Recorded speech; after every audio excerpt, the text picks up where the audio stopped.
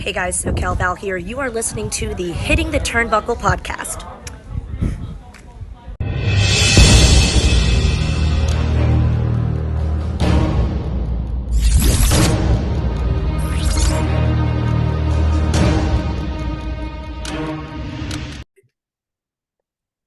Welcome everybody back to the Hitting the Turnbuckle. This is the AEW Full Gear review show, and I am joined, as always, by our AEW guru, and soon to be joined by our other good friend who's just joining the podcast right now.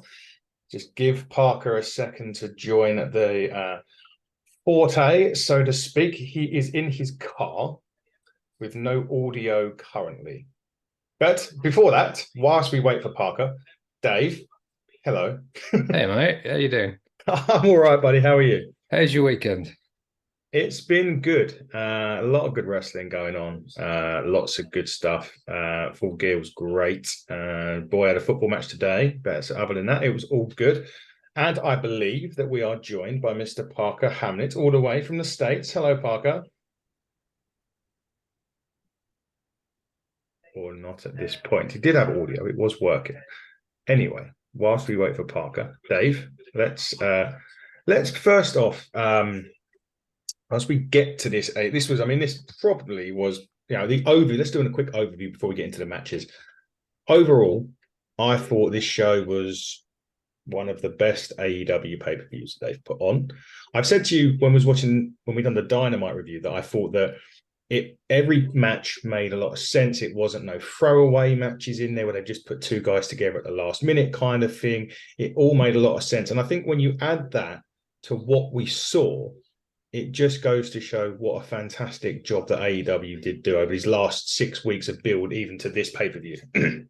Yeah, everything was well thought out and planned. Everything just came together nicely. I think there was only the one late addition on Collision, which was Claudio and Buddy, which we're not going to complain about that. Yeah, and that's quite a strategic thing to do as well. Quite clever, because if anybody new is checking out AEW or going to buy Full Gear that perhaps aren't as familiar and they're used to watching WWE, there's two guys there straight away that they may well know and recognize, particularly Claudio, from his run as Cesaro. So I thought that was quite a clever thing to do as well. And whether that was strategic or not, I thought putting them on the pre-show, it was an excellent match.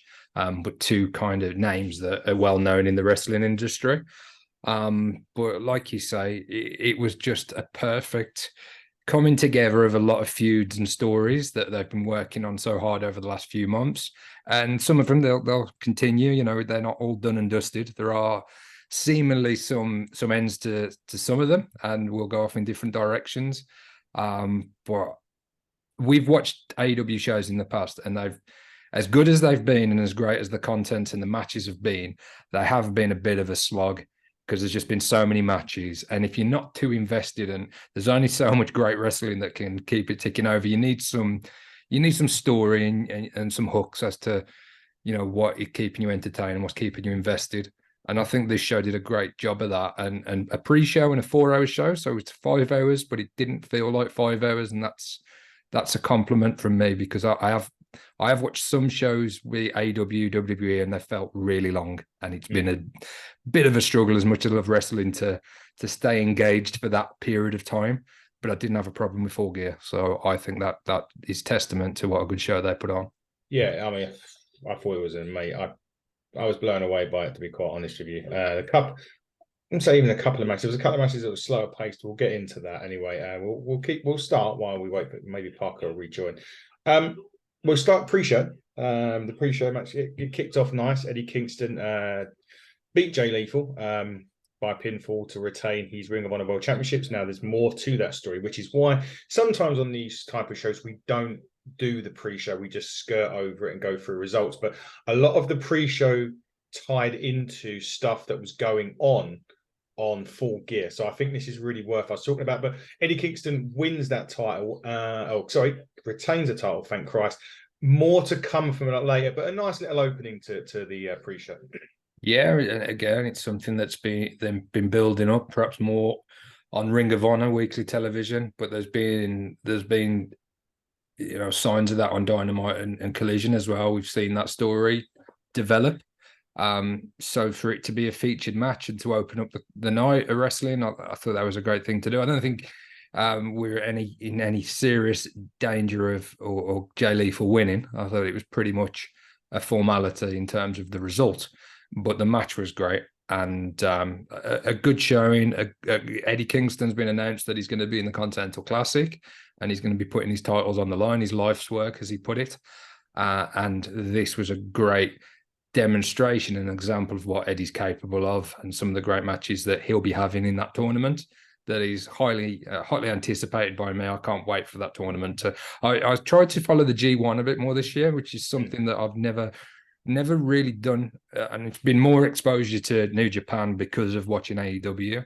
But I've always liked the idea of that round robin tournament, and I was hopeful that AEW would put on their own version of it, and it seems like that's what it's going to be. And I'm really happy that Eddie Kingston's going to be involved with doing that. Yeah, as you said, putting his last work. So what he announced on the pay-per-view was they're going to basically be unifying all 3 titles, because the Continental Classic was going to be a title.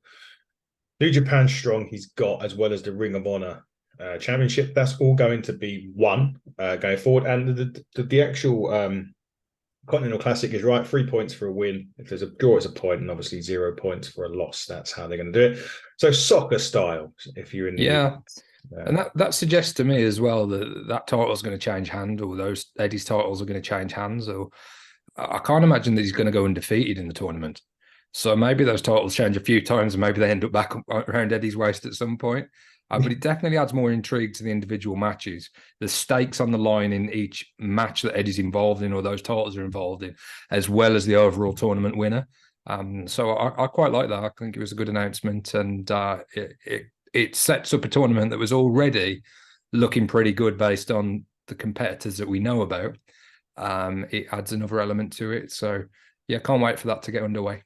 Yeah, me too. That starts this Wednesday on Dynamite, so we will be reviewing the start of the Continental Classic later on this week. Claudio Castagnoli next against Buddy Matthews. It was only 10 minutes. Claudio gets the win via submission. Can I just have more of that, please?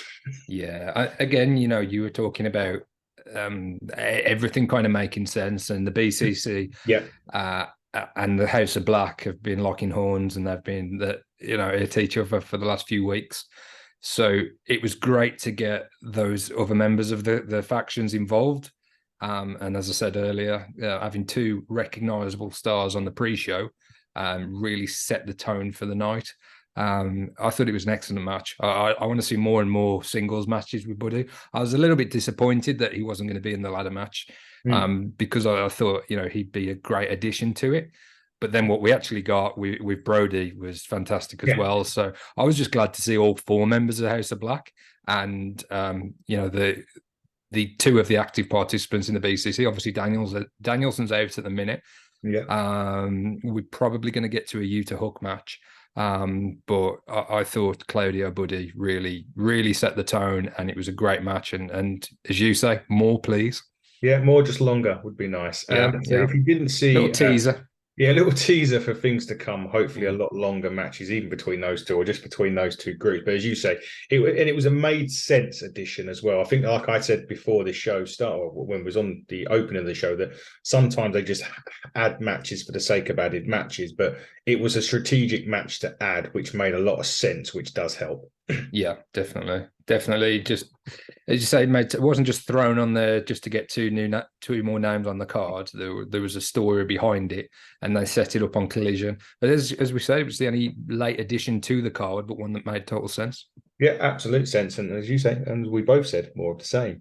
So those of you that haven't seen Collision and Rampage yet, you wouldn't have known that MJF finally found a partner for his match with the Guns, which blew my prediction out of the water the moment I watched that and saw it. Partner in question was Samoa Joe. They beat the Guns. But here's what I really like, and we're going to get into this in a bit more detail later. So they beat the Gun Club, and they retain the Ring of Honor title. Samoa Joe will get a title shot. I believe that was the agreement that was made. Yeah, as long as MJF is champion, I believe. Then there comes a big attack on MJF at this point. So again, this is the importance of us going through the pre-show. And this is, again, what I like, because you don't see this in the WWE as much. You'll get something happen on a pre-show. They used to do it on Sunday Night Heat, if you remember. They used to I remember that well. Go in. But recently a pre-show just been a kickoff match, have New Day with trombone and all that sort of stuff. This pre-show from AEW made so, because he added on so many aspects of things to come later. In this match in particular, the Guns beat down MJF. I mean, they absolutely annihilated him, injured his leg. And there was question marks over whether MJF was going to compete in the main event of the show. And we'll get on to that, how that leads up and what was going to happen as we go on. But Dave, this is a reason why, this is another good thing, a great pre-show with things going on, because the pre-show was free on YouTube. I think that was something along those lines.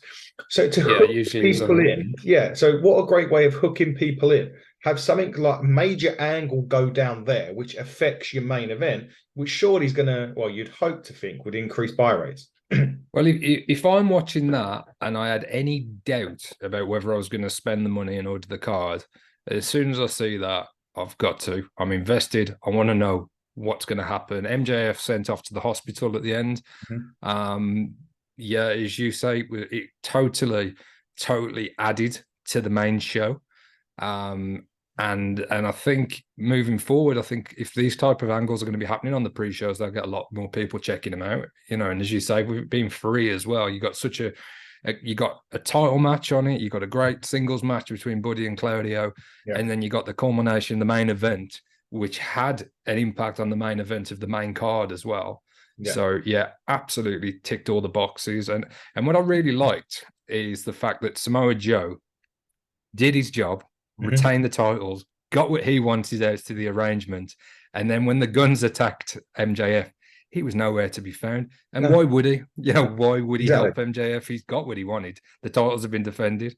He would want MJF to be weakened as much as possible if it means that he gets his title shot down the line.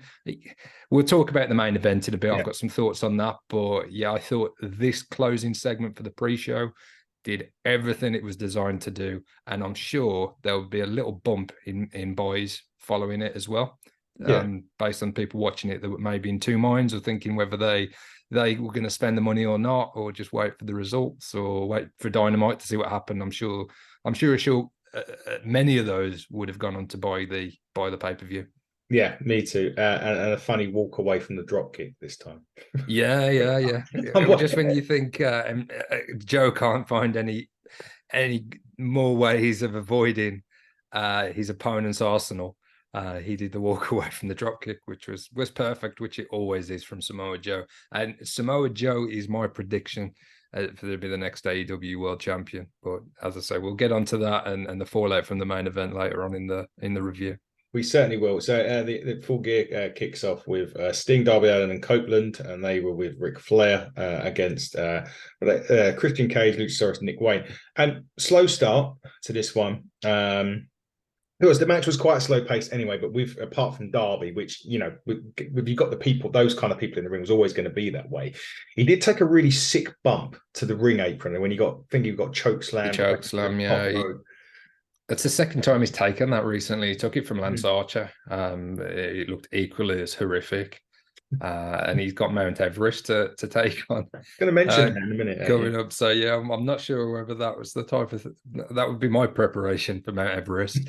But a great match. As you say, some smoke and mirrors, and they have to slow things down. And they've got Sting's involvement. Obviously, Sting's winding down now, coming to the end of his career.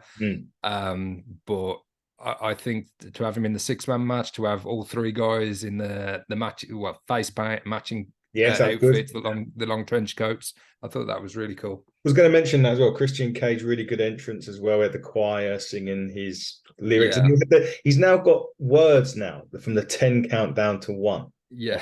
I can't remember what they all are. I did have them written down, but my notes have literally disappeared. So, guys, we're not winging this as such, but I did have pages and pages of notes, and I don't know where they are. I think some of them were inspirational, wise. As you say, with the 10 count came 10 words. They may well change those up as well with each appearance. Maybe. But a nice entrance as well for both teams. I thought you had pay-per-view feel both of those entrances. They did. And Ric Flair gets involved as well. So sort of punching and chopping Christian. The end was pretty much what we've seen of quite a lot of these 6-mans with Copeland in. It's all 3 hit their finishers. Yeah. The faces hit the finishers. They won the match. Darby gets on the mic, swears a little bit. So obviously sort of Sting's last time in LA, I suppose, as an actor. His son was there. He went and hugged his son, who was sitting in the front row. You would have thought his son would be the wrestler. You've seen the size of his kid. Yeah, I'm sure there might have been a conversation happening following the show. I thought exactly that. Yeah, I think exactly. I think he was a American footballer or something like that. He's definitely been involved with sports, with baseball or football. Yeah, he definitely has. There's no doubt about it. But Well, a good opener. It was a strong opener for sure. Where do they go from here? I mean, Darby, we know, as you said, Darby's going to be clowning Mount Everest soon. Sting, obviously, we know wrestles here, there, and everywhere.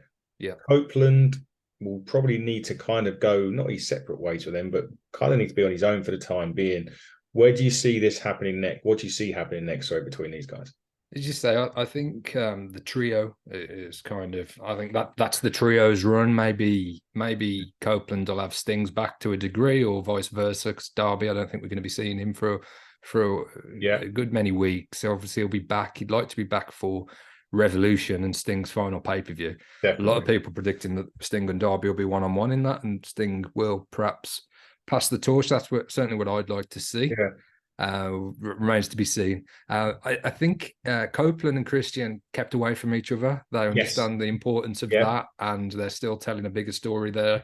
And that's obviously going to lead to a one-on-one match down the line, whether that's going to be Revolution, whether that's going to be at Wembley. It depends how long they want this story to go on. But I was a little bit critical that they had come to blows the other week on Collision, I think it was. Mm-hmm. I'd rather them not, and I'd rather, as I said on our Dynamite review, Copeland just tag out when Christian's in there.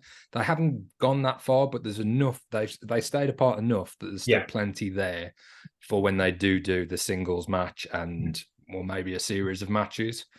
So I think this was pretty good. It was Luchasaurus that took the pin, wasn't it, in the end, not Nick Wayne? Yeah. Which, you don't want Nick Wayne going out there and losing every week. And I thought Nick Wayne mocking Ric Flair was quite good as well. I enjoyed that. So he's obviously growing in confidence as well. And he didn't look out of place with, you've got Copeland, Christian, Darby, Sting, Flair, and even Luchasaurus is a former tag team and TNT champion, and Nick Wayne definitely didn't look out of place. And at 18 years old, there's something to be said for that. And I'm sure he's going to be a big star for AEW down the line. Definitely so. I was laughing in between what you were saying, not because I found what you said was funny. I found my notes, and I've said them to Rachel before now. I definitely wrote them down in a book. No, I wrote them on my phone. Okay. They've been here all along. So I have notes now. I'm certainly not, people out winging it. Definitely not now. They're on my phone all this time. So I don't know why I thought I was writing them down. I know you're a professional, mate. Professional. After this, they announced at this point. Now, this is going back to the pre-show. So if you watch the pre-show, we mentioned that the Guns had taken out MJF. And now they announced after this that the match with MJF and Jay White was off. Jay White was asking for the championship to be given to him because MJF wasn't there. They were going to do that. Then Adam Cole's music hits. He limps out to the ring on crutches and says he will be the man to defend the title. At this point, Dave, I'm thinking he is the devil, because I know you've said that a lot of times that you think he's the devil. Yes. We know before, obviously, we get to the main event. At that point, what are you thinking? Exactly the same. I think Adam Cole's going to be ultimately revealed as the devil. He's going to be the reason that MJF loses his title and Jay White gets it. And maybe even the other masked men were Bullet Club Gold. I know initially there was an attack on Jay White, but obviously that could be easily explained if they were in on it, if you like. So yeah, my mind went into overdrive, and as they've been doing to me for the last 3 or 4 months, they've been zigging when I've expected them to zag, because that obviously isn't what happened.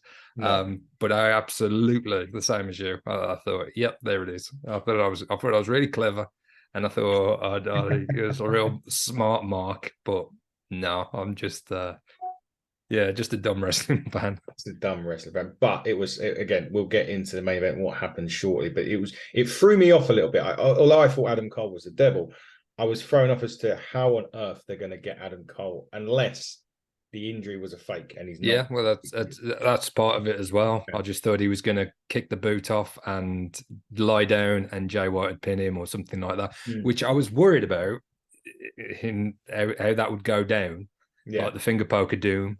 And that type of finish to a main event of a pay-per-view and such a good story.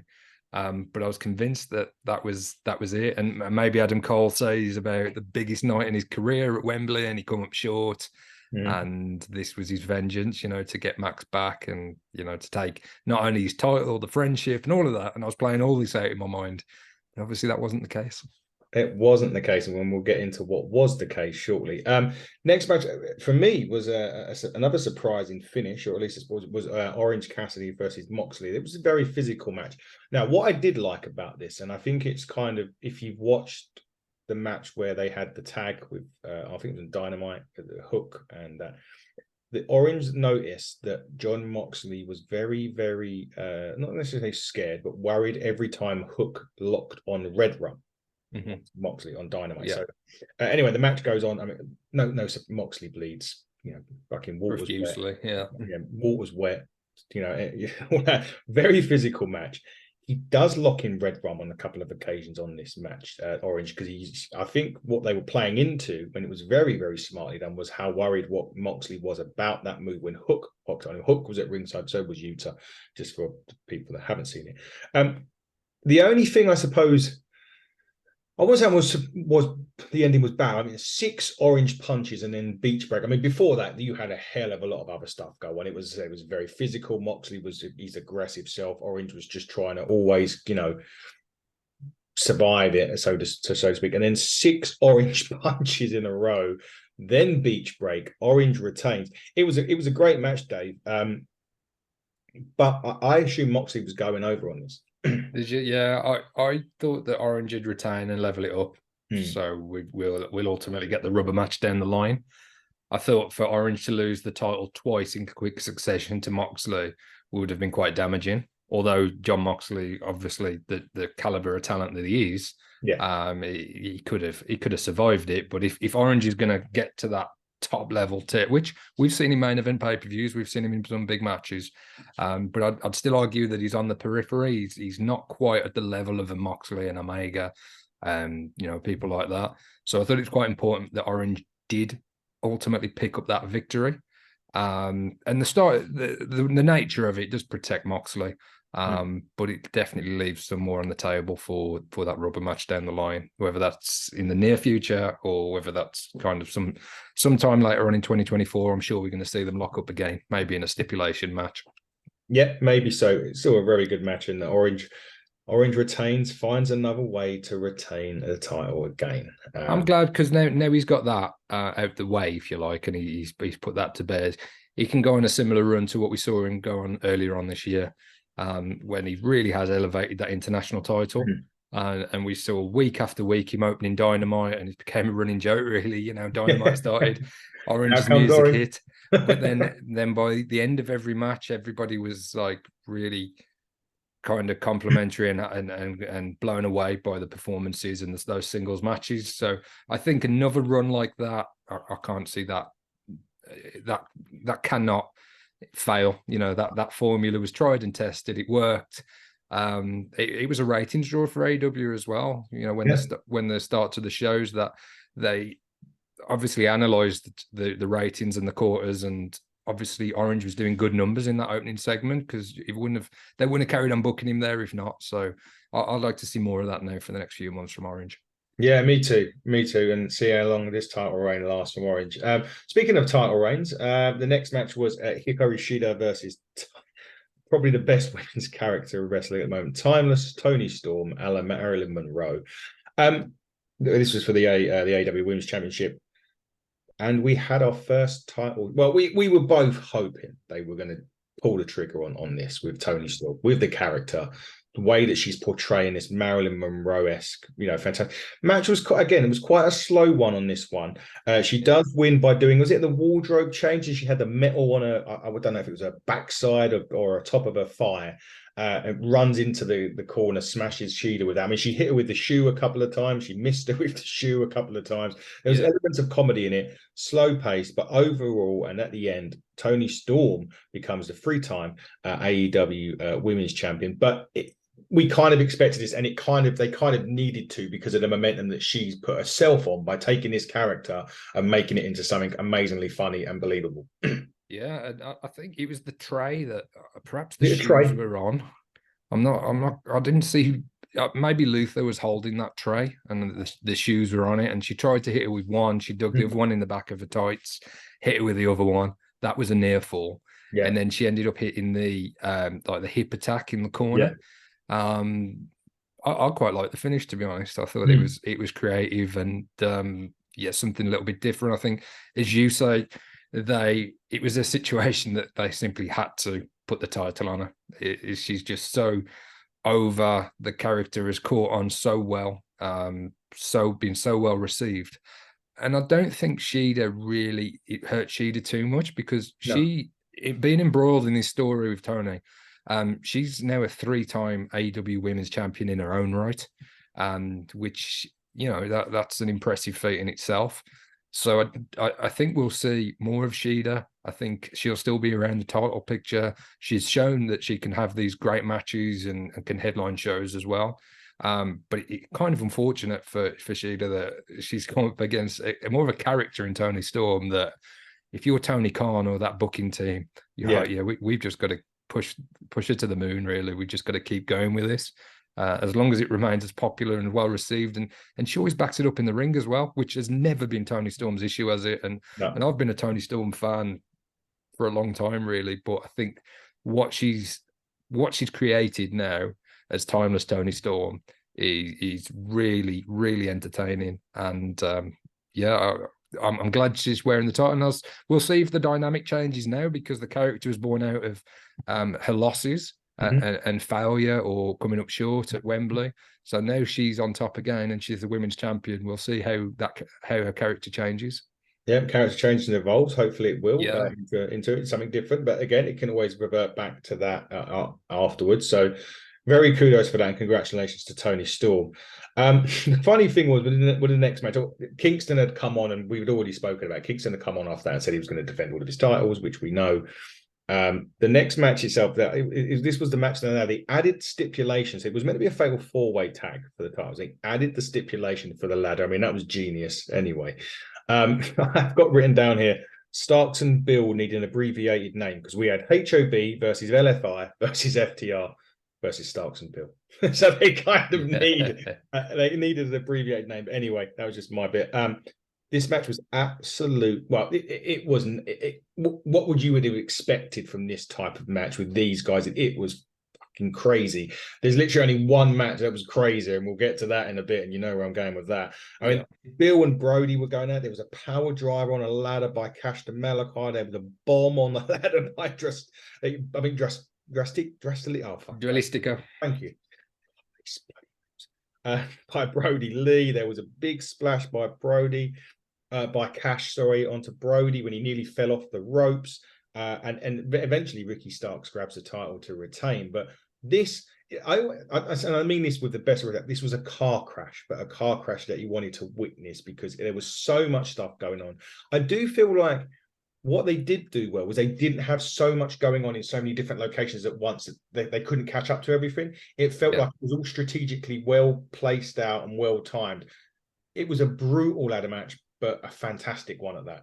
Yeah, I think the production of the match was really good in terms of the camera work as well. And it just seemed a lot more cohesive than some of these matches we've seen in the past, where things sometimes get missed or we have to catch it up on a replay. I thought it was really well structured. I thought all of the teams had their moment in the spotlight and could have, any one of the 4 teams could have walked out with the titles, and it wouldn't have been a bad thing, I don't think. No. Obviously, because Bill and Ricky are quite early into their run, that's why I predicted them. I think you went House of Black, didn't you? Yes. But yeah, but again, if House of Black would have won the titles, I'd have been quite happy with that. But I thought Roosh was great. I'll always give a shout out to Roosh. You will. I think the horns into the ladder, that was particularly good as well, and the physicality that he brings, and some of the outside interference as well. Some of the guys at ringside added to the match as well, and added a different element. So yeah, really, really great multi-man match. Reminded me of the early days of the Money in the Bank matches in WWE when those matches first became more prominent when they were on WrestleManias every year. Because you obviously had 8 guys involved in this, but slightly different because of them being tag teams. So that creates multi-man moves and different things like that, different dives, different combinations. No complaints at all for this. I thought it was exactly what it needed to be. Yeah, me too. It was brilliant. Loved the match. Following on from that, we had the TBS title. So Statlander versus Julia Hart versus Skye Blue. Skye Blue was still coming out very dark. It looked like there could have been there was a teased allegigetting quite a few times. Yeah. They changed the theme as well in a gear, Yeah. So she's obviously evolving her character based on getting sprayed with the mist. There he is. Again, match was a fairly slow pace, but understandable compared to, what followed what was before it. You kind of have to. I do think it's good that you do have these slower pace matches in between, and we're going to get to the next. Well, there's a segment after this, and then the next match after this, which was fucking nuts. But it's nice to have these slower pace matches sometimes. It didn't feel out of place. They didn't have any sort of, sometimes with the women's matches, you get the odd occasional mess up. You didn't have any of that. Both of them were really smooth matches. Both of these women's matches were really smooth. It was nice to see them get a decent bit of time. I'm just checking the time thing on my notes. Yeah. This one's about 11 minutes from, bell to bell. So anyway, Julia Hart wins the TBS, which is what we've said all along. We was hoping this moment would come for Julia Hart to be prevalent in the division, which is nice. I do love the theme and she sings it when she comes down, and the whole mystique of her entrance is really good as well. Yeah, the presentation, the presentation was great, and I liked how she was clutching it and singing the song still, especially the bit where the House always wins. The reason why I thought House of Black was going to win, I thought they was all going to have to bit with the belts, that they do generally. It's Julia Hart's time to shine. Yeah. Did you say going to the running order of the pay-per-view? I thought it was really well put together. Yes. As you say, you had the highs and lows, and you had the change in pace and the change in gear, and this was a different type of match as well, slightly slower paced at times. You had the 3 in it, which obviously the championship is always in peril for Kris Statlander because she hasn't got to be involved in the pin, and she wasn't the one that actually lost, so she's got stake a claim for a rematch. She hit Saturday Night Fever on Skye, and then Julia was opportunistic. She kicked that off and covered Skye herself. I think it really in some respects I'd like to see the House of Black and Buddy all pick up wins because I'm a massive fan of all 4 of them. But I think this somehow elevates Julia even more, the fact that she's the member of the team that got the big victory, and she's like, follow my lead. You traditionally think the guys are the, she's not just a valet. She's not just there to kind of accompany the other guys to the ring. She's a phenomenal performer and wrestler in her own right. And I think the fact that the guys come up short and she won, that does something special. And she was out there on her own as well. No Brody at ringside. Opportunistic. It was like a veterans type of maneuver to steal the title in the end and just pounce at the right time. So I thought it was great. And maybe we were going to get to this point a few weeks back when she had the first match against Statlander. She's obviously had a time off. She had a honeymoon, but now she's back, and I really think she's going to kick on, and she's going to have a decent title reign. He is only 21 years old as well, just to remind everybody. And, a bit like Judgment Day, like Mummy's always on top. She's becoming that. I don't like to do comparisons, but it's moving along that way at the moment anyway, where she's, Well, you look at some of the most successful women in groups, and China springs to mind as well. I mean, obviously, in terms of stature, she's very different to China. But China was very much an equal in DX. Yes. And Rhea Ripley, as you say, in regards to the Judgment Day, is arguably the leader.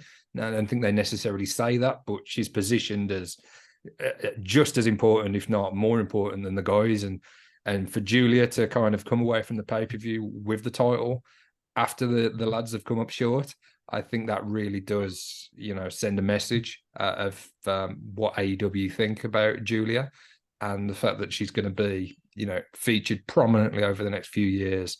And again, future's bright for AEW with 21 years old, Nick Wayne at 18 years old. They've got veterans there. We saw Ric Flair and Sting earlier in the night. Yeah. But then you've got Julia Hart picking up victories, and other, countless names that we could mention. We could mention the big signing, which I'm sure we will in a moment. Get to next. But yeah, the future is really bright when you look across the roster, the men's, the women's, the veterans, the young stars coming through. I think there's a real good balance. Yeah, there certainly is. And as you said, the future is definitely bright, which brings very nicely, Dave, as you mentioned. So sometimes when AEW give you or even back at major announcements, big acquisitions, it was generally was a letdown. We had our things about who it could be. Now, there was a debut prior to this on Ring of Honor, which was Ronda Rousey. That's only a handshake deal. She's not signed fully, but get Ronda Rousey in, would be even, could be massive. Surprised me. Yeah, I didn't see that coming. I only had a feeling because of there's a house show interaction between Athena and her at GCW or Revolver Wrestling earlier on in the week. There was an interaction. I thought maybe she's the one that's going to be this name. It wasn't. She debuted before on Ring of Honor, like I said. But finally, we can bury everything out. We can finally, we will soon be welcoming, as I like to call him, Big Bill. But Big Will Ospreay will be coming to All Elite Wrestling in February. He mentioned that very well in his interview that, he's still finishing up with New Japan. There is a good partnership with New Japan and AEW as well. So it kind of freed him up to allow him to do this kind of thing, which is sign the paperwork. But we're talking about futures, and we're talking about, February, and we can now put a list as long as an A4 sheet of paper of the matches that we want to see Will Ospreay have in AEW. It's a 3-year contract initially. Finally, Dave, and what a signing for AEW. And he still gets to live in the UK while he's doing it as well. But welcome to All Elite Wrestling, Mr. Ospreay, officially. Yeah, the Billy Goat is All Elite. And I think we knew this was coming at some point. Yeah. I didn't necessarily think that he was going to be the announcement. I was, trying to think outside the box a little. But as you say, you addressed the situation with Japan, which, New Japan have really got to be happy with that as well, because the amount of AEW fans now that will be tuning into the next couple of months to New Japan, and because he said he's going to be finishing up there. So I think it works for everyone. And obviously with the working relationship between AEW and New Japan, he'll be welcome to go back there. He'll be working Forbidden Door against, depending on what happens with Okada, but the rest of the New Japan roster as well. So I don't think this will be the last time that the New Japan audience get to see Will Ospreay in the next 3 years. Such is the relationship between the two companies. But as you say, we can start fantasy booking. We've already had some incredible matches, the Omega matches, straight away, they jump out. But the potential for the other matches that we're going to see now in the next few years, the trajectory is Will Ospreay going to get that big world title? How is he finished with Kenny Omega? Is he going to be more aligned with the Don Callis family? We expect him to be, I suppose, in some respects, but there was no Don Callis family mentioned or involved in this segment.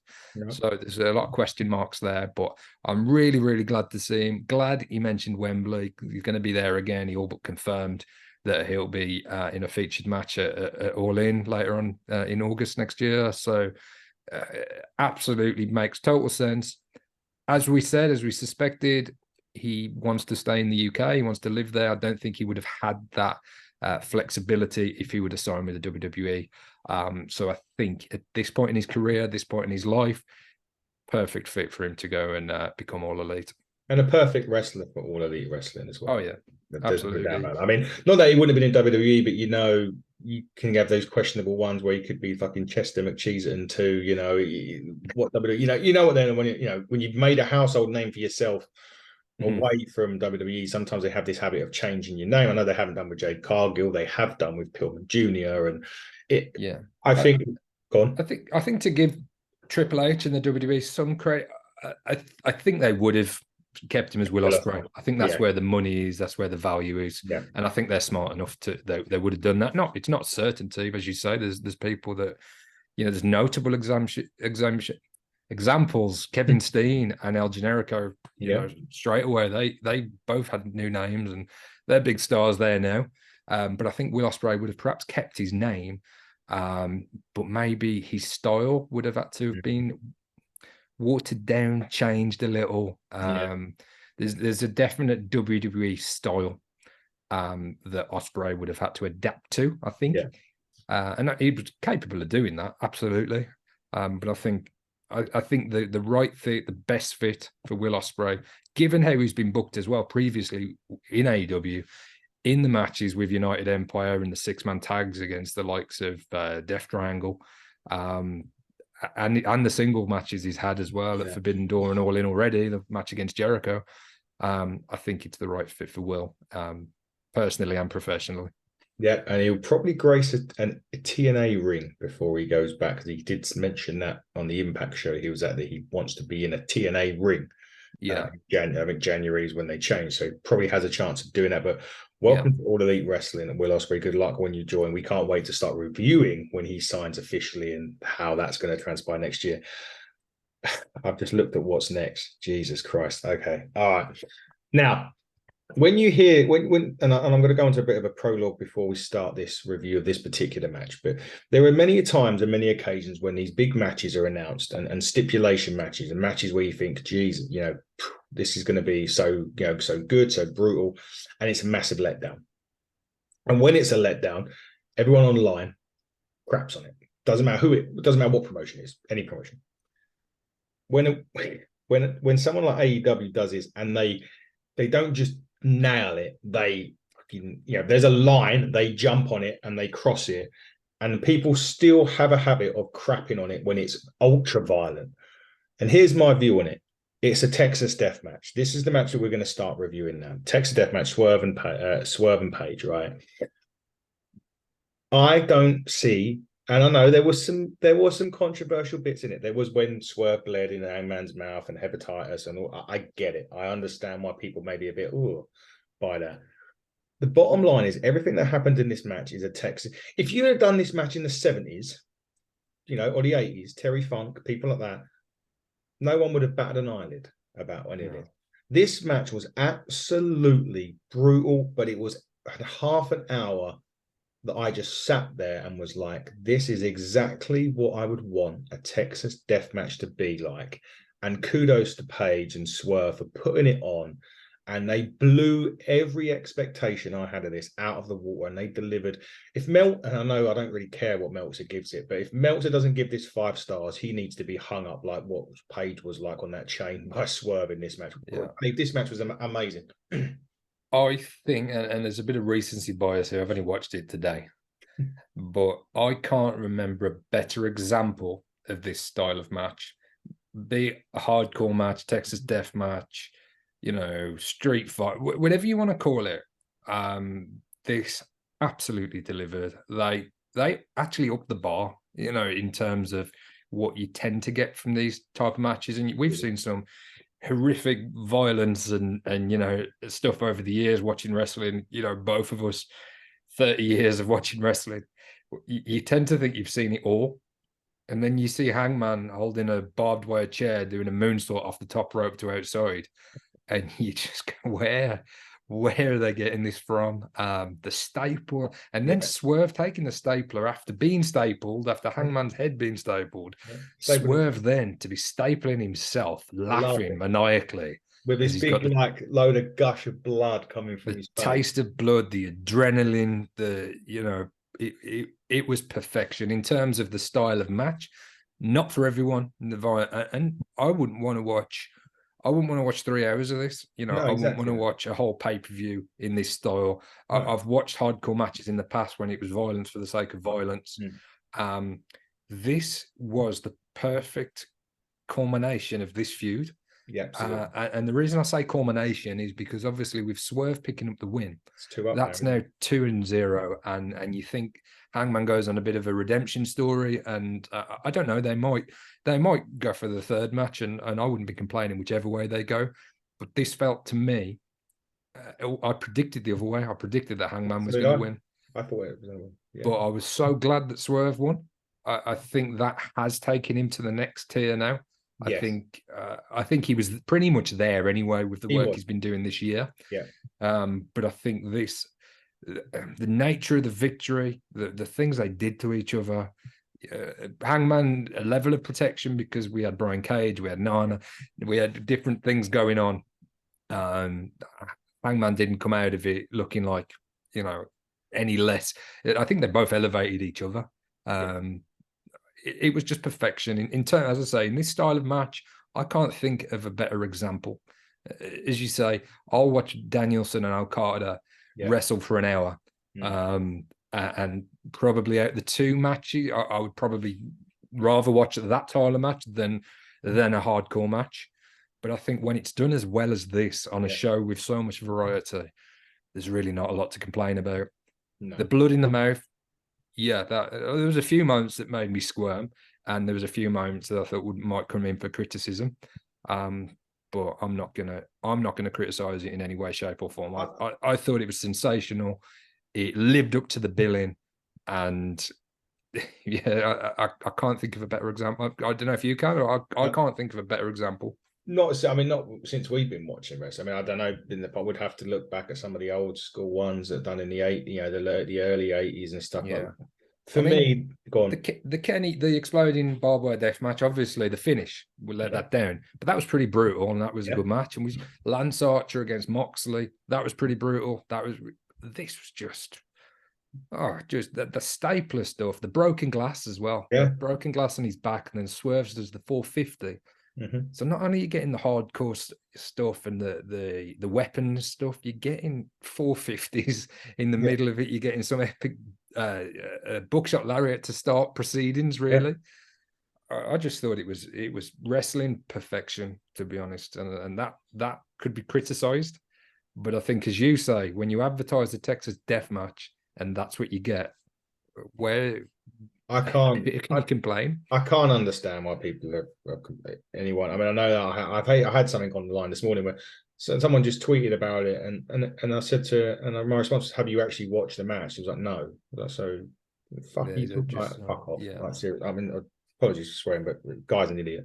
I mean, this match for me, look, the guy broke into the guy's house and was standing over his baby in a cot. For fuck's sake, do you know what I mean? Yeah. Like, if that was happening, you'd do the same type of thing.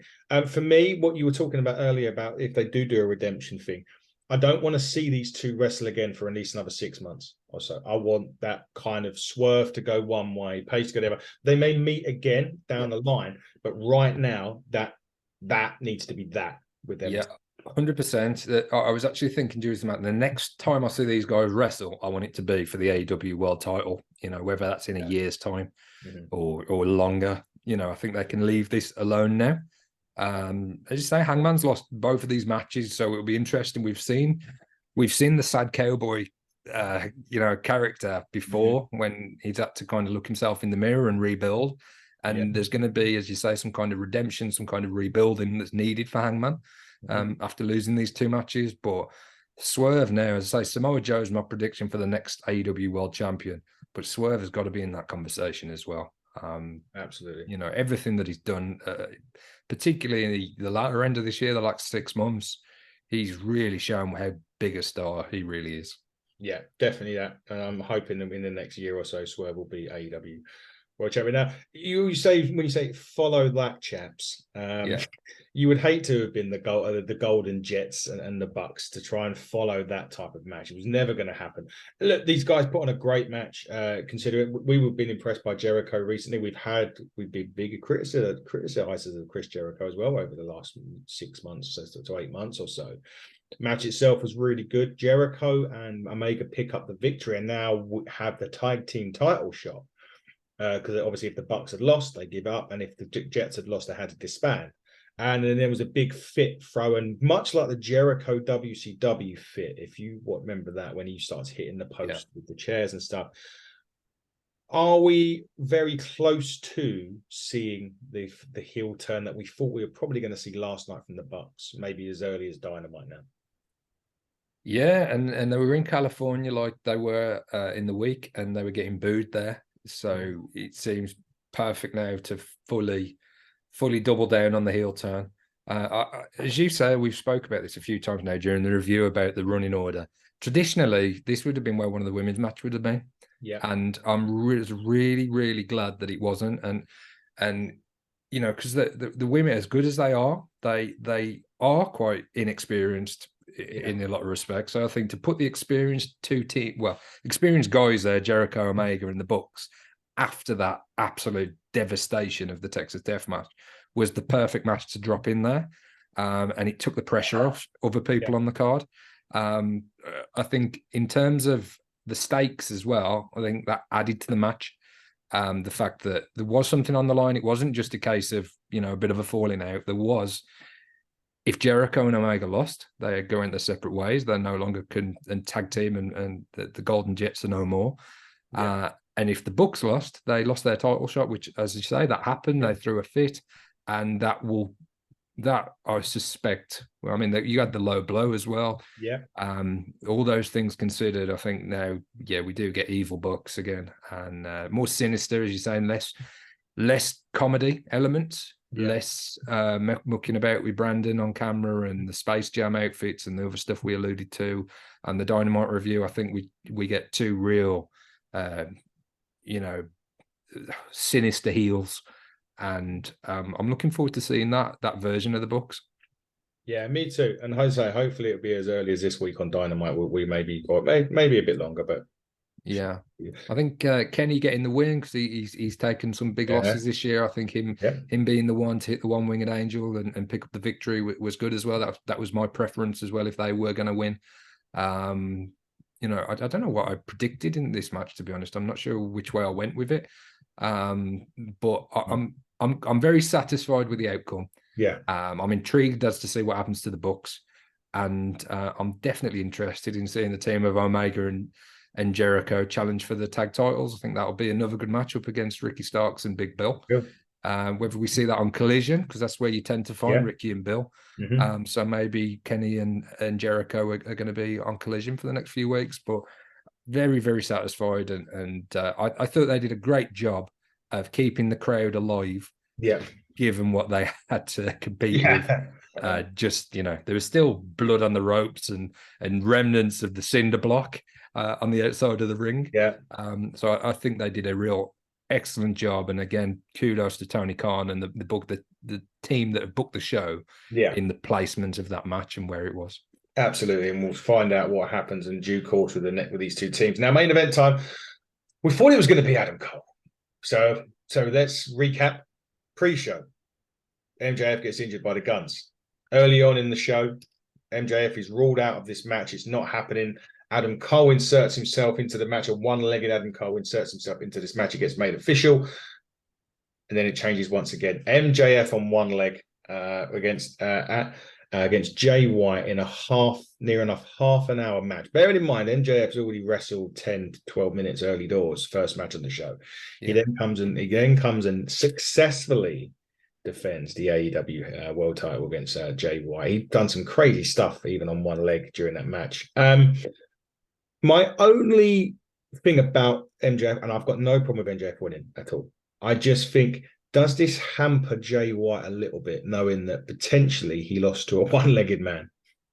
Yeah, and they tried to protect him by having Adam Cole there. The Guns were rejected as well from ringside. Yeah. Juice Robinson was taken out in the week, so he wasn't in attendance. Yeah. So they took a bit of that away from Jay. What I mentioned to earlier about Joe and how good it was, that I thought he walked away. Yeah. When MJF was taking the beating from the Guns. If the rematch, or if the match against MJF, because there was no contract or anything, so it wasn't as if Joe had got a set in stone match for the title against anybody. No, my understanding was his match was going to be against MJF. So I thought we might see Samoa Joe more invested and perhaps play a part in the finish and the reason why Jay White lost, which then could have played nicely into a Jay White Samoa Joe situation as well. Yeah. So I think there was a slightly better way of doing it. I was kept on the edge of my seat for this, though. I wasn't sure what was going to happen with Adam Cole. I was still dubious about the injury. I was dubious when he looked at the tag title. I was dubious when he placed the diamond ring. Yeah. I was waiting for the swerve. I was waiting for the attack. Even after the match, to be honest, I wasn't 100% sure. And that's just testament to the great job that AEW have done. Because I'm sure if I feel that way, there's got to be other fans out there thinking the same, that we're going to see some kind of, breakup. But no, it all seems legit. Adam Cole's genuinely still injured, still recovering from surgery, still recovering from the ankle injury. And in the end, MJF comes out on top and holds the title, and he's got his Triple B back. So we didn't see Joe. What are your thoughts on that, mate? Do you agree with me? Or because I know you said about, not Jay White not looking as strong. Do you think there was a better way to do it if we're being hypercritical? Oh yeah, maybe putting it overly critical. It may have been better to have a Joe interference in there just to make it less, as I said, MJF virtually on one leg. And saying that a fresh Jay White, who's had these banger matches left, right, and center, can't beat an MJF in one leg. If you haven't watched the match, I think there was enough went on in the match to protect Jay White. But if you were reading it and you're saying, well, hang on, one-legged MJF beats probably the breakout, well, not even a breakout, probably the star of the year in AEW. I suppose that's the side of it. But for me, I think I'm just been a bit too overly critical of maybe me as well, because it was a great match, and the MJF selling of the injury was great, and there was definitely a few moments. I mean, the figure four, sorry. Yeah. There was definitely a moment there where I thought Adam Cole was going to throw the towel in. Yeah, I did. That was a great callback as well to Full Gear 2019 when MJF was the one to throw the towel in for Cody. So I thought that an AEW do that so well. They nod to history and everything makes sense in that respect. When they do it well, they do it better than any other company in wrestling, in my opinion. I thought it was a real good callback. And I genuinely thought he was going to throw it in at times and then perhaps MJF tap out as well or pass out. So there was enough in there, both sides, that there was enough. I wasn't 100% confident that MJF was going to win, although it was my prediction. If Jay White would have walked out with a title, I wouldn't have been massively surprised, and I definitely wouldn't have been disappointed. So I'm pretty satisfied with the main event. I'm pretty satisfied with how they went off the air. And in terms of a rating for the show, I've got to be a 9 out of 10, I think. I was going to go there, 9.25. There was hardly anything on that show that, I'd say maybe overly critical, a couple of bits, but minor things. And as I say, that's only because if Jay White would have won, then I'm thinking, well, Samoa Joe's title opportunity was against MJF. Yeah. So, that was all kind of pointless. So that was my only thing, but maybe I'm just really overthinking it and I should have just enjoy it. Like when we get 4 hours of wrestling like that to enjoy over a weekend, perhaps we should just totally enjoy it. But we've got to be subjective. We've got to offer opinions. That's why we do this. But overall, 9 out of 10 show is pretty incredible. I've just read, sorry, and this is nothing again. This is AEW related. Yeah. And I'm just going to reach out to the man right now. Kip Sabian has just tweeted that he would like to do some podcasts. Sorry. Sorry to just laugh. to throw that one on you. But Kip, when are you free? I'm literally just about absolutely love to have Kip on. Love to know his opinions on the Butcher and the Blade leaving the company recently, and the future feel. And we've talked about so many young stars in AEW with great potential. Kip sensational. Never has a bad match. He's from this island as well, so we would absolutely love to connect with Kip and have a conversation with him. Let's make it happen. Let's try it. Also, interestingly, a friend of mine was out in, I think he was Birmingham. He was at the Streets actually. I think it was at Birmingham Academy, and he bumped into Trent Seven. And Trent Seven is aware of us, the Hitting the Turnbuckle. He's aware of me by name. Apparently, we've reached out to him. I don't know if you've sent him a message. Maybe Andy might have done. Yeah, but he's we're on his radar, and he's certainly on our radar. So hopefully, Mr. Trent Seven will be able to, because he's from Wolverhampton as well, very close to where I live down here in the Midlands. So, or up here in the Midlands. We'd have to north. Up north, yeah. We'd have to make sure you're on the show if we get Trent on. I will reach back out to Trent. He did acknowledge. It's quite romance. He did acknowledge me at Rev Pro when he was walking into the building. Yeah. He had obviously he's had the opportunity to face Moxley recently as well, so we'd love to hear about that experience. A lot of Trent's experiences, the guys that he's faced, the career he's had. Yeah. But, you know, self train. I don't think he's had any formal training as such. I think he was kind of a self-made wrestler and has just really picked it up over the year. I don't know, I might be wrong. We'll ask him himself, hopefully, if we can get him on the show. Yeah. But to have opportunities in WWE, AEW, and every other promotion in the world, seemingly, it's a fascinating story and one that we'd love to talk about a bit more with Mr. Seven. Yes, sorry to just totally change the direction of the conversation. It just basically someone had tagged us in it and said, would love to hear you on HTTB. So big thanks to the person that messaged Kip and tagged us in, and then I followed it up myself. So anyway, what my point I was going to get to before I totally just swang this off and before we finish off, I was going to say, I think the whole devil thing happens at World's End.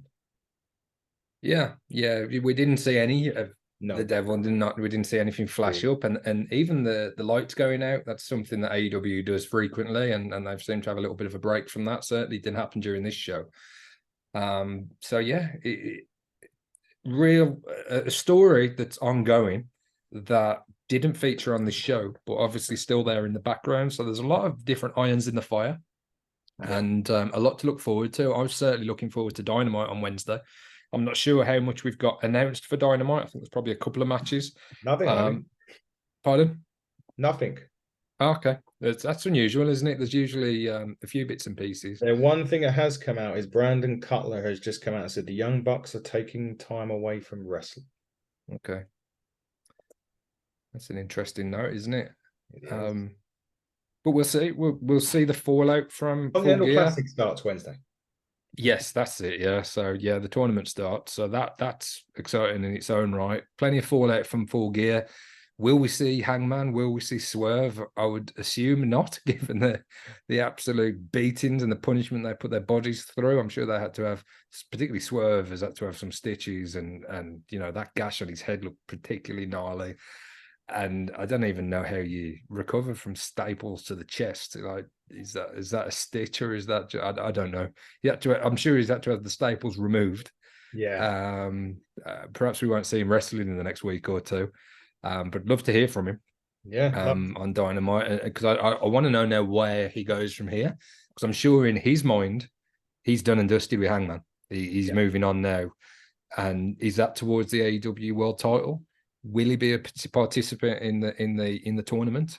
You know, or does he go after one of the other titles? We thought he was the man that was going to defeat Orange earlier on in the year, and he didn't. No. So would that be a step down to go after that title? I would suggest not, given that Orange elevated it, and we saw that title main event. It was Wrestle Dream, I think. It was. Yeah, or was no, that was the Christian, that was the TNT title. But we've seen the international title headline pay-per-views. We've definitely seen it main event Dynamite and Collision. So yeah, I don't think that necessarily would be a step in the wrong direction for Swerve to go after some gold. We've seen him hold tag titles, but he hasn't had a singles titles in his run in AEW yet. So yeah, I'm intrigued as to the future of Swerve and so many of the other of the guys, you know, the world title picture. Bullet Club Gold, how do they react to this big loss? Well, 2 big losses if you factor in the Ring of Honor tag titles as well. They came up short, as did the House of Black, other than Julia Hart. So there's a lot to be excited about. There's a lot of questions. There's a lot of great, as you say, World's End in 6 weeks' time. 6 weeks. So plenty of time to build up an incredible show in Long Island, I think that is. It is in Long Island, New York, yes. So yeah, that will be some great festive entertainment for us over the Christmas break to look forward to. It will be indeed, and I couldn't think of a better way to finish off the show with that, Dave. Obviously, we're back tomorrow with someone that you may know, if you know, just Eric Bischoff tomorrow. Just the only man really to defeat WWE man, and just that little small guest, small matter of small guest. wrestling royalty. Yeah, WWE Hall of Famer, isn't he? He's in the Hall of Fame. Yeah, he's in the Hall of Fame. Yeah, so we're WWE Hall of Famer, WCW guy. Eric Bischoff's on tomorrow. But Dave, we will leave it there for now. It's been great chatting AEW with you again after what was a crazy and amazing pay-per-view, the Full Gear. But we'll be back, as I mentioned, Eric Bischoff, review shows, more interviews, everything galore next week. Keep it looked onto the channel. But he has been the problem child, Mr. Dave Robinson. And it's not Dynamite, so you don't get to do the good night stuff. Anyway, not on this one. I have been Adam Cousins. This has been Hitting the Turnbuckle. Follow us on HTT Buckle on Twitter. Just type in Hitting the Turnbuckle on all other social media platforms, and we are there. But until next time, everybody, buckle down, stay safe.